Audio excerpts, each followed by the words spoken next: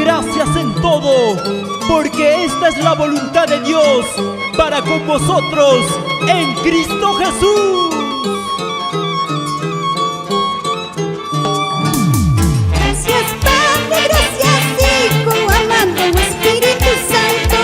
Gracias Padre, gracias Hijo, amado Espíritu Santo. Por tu amor, por mi vida, te doy las gracias, mi Salvador. Por tu amor, por mi vida, te doy las gracias, mi Salvador. Gracias Padre, gracias Hijo, amado Espíritu Santo.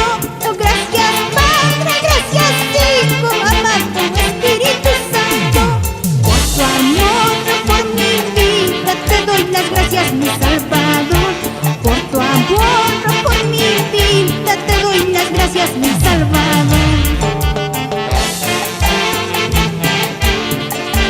Hoy te damos gracias, Señor, por la vida, por el aire que respiramos, porque tú nos guardas, nos proteges.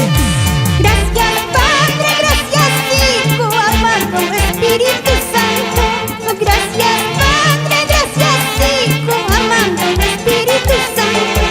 Por tu amor, por mi vida, te doy las gracias, mi Salvador. Por tu amor, por mi vida, te doy las gracias, mi Salvador.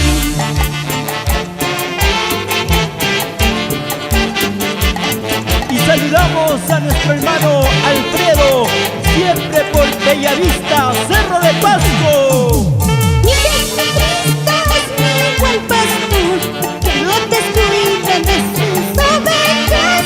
Mi Jesucristo es mi buen pastor, que no descuide de sus ovejas, que no descuide de sus ovejas.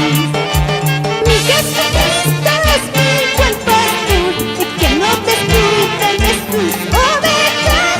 Mi Jesucristo es mi buen pastor, que no descuide de sus ovejas, que no descuide de sus ovejas.